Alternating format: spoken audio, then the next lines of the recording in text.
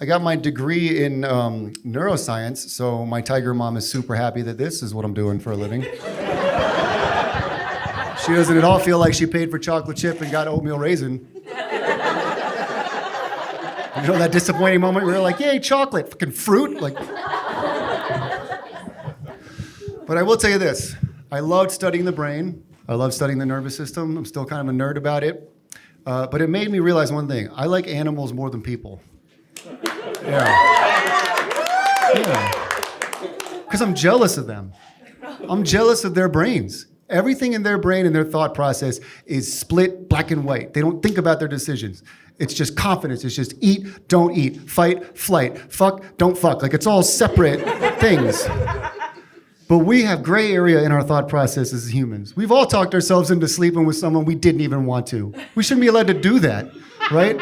We've all woken up next to someone the next morning after drinking heavily, just like, oh God, you ugly, what was I doing? Who are you? Where did you come? What is my life? But no elephant ever wakes up on the Serengeti like, oh, this ugly tusked loser, what happened? Who spiked the literal jungle juice last night? Has to lift her trunk gently as to not wake him off of him before she does the march of shame home. The way in which I really am jealous, I wish we just had that opposite thing in our brain, is PTSD, right? Because something so bad can happen to you that you wake up 2 years later in the middle of the night like, you gotta go back to sleep shivering in a cold sweat. But we don't have the opposite of that. There's nothing so good that can happen to you that you just wake up 2 years later in the middle of the night like, yay! No more alimony! And then just back to sleep. What other memory gems are locked in that brain of mine? Hope that time my dog bit my ex-wife is up next. Yay!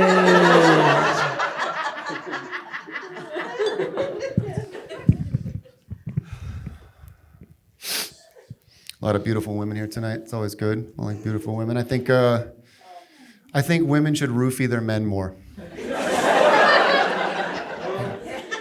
Do it tonight, ladies. Do it when he's not looking. Just do it.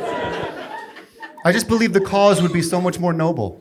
You know, you women are full of noble causes, not like men. You know, men roofie. Why? For the worst reason ever: sexual assault. That's the only report you ever hear of a man using a roofie. Women, y'all aren't generally out there trying to sexually assault us all the time. But you do hate it when we don't listen to your stories.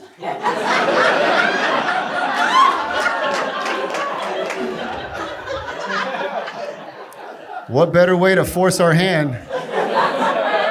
You know? And when he's going out with his guy friends for the 5th night in a row, like putting his jacket on, all right, babe, I'll see you later. And then you're just mad because he's not spending enough quality time with you because that's your love language or whatever. And then on the way out the door, you could just be sitting there making a drink, being like, are you sure you don't want to pregame first?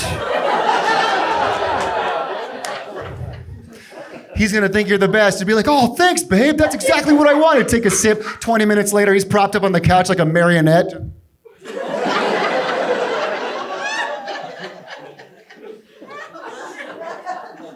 And then you can tell him all the stories he never wanted to hear. So this bitch Susan at the office, like, she thinks she's cuter than me. And I was like, bitch, I know you got Botox. And she's like, whatever, bitch, so did you. And I'm like, yeah, but not as much as you little duck-lipped hoe. And he just...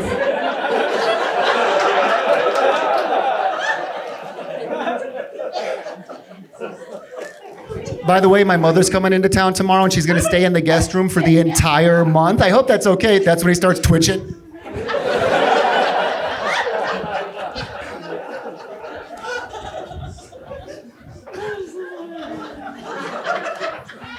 Wakes up the next morning, I feel like I was violated in my ears last night. Something non-consensual happened to me in my ears.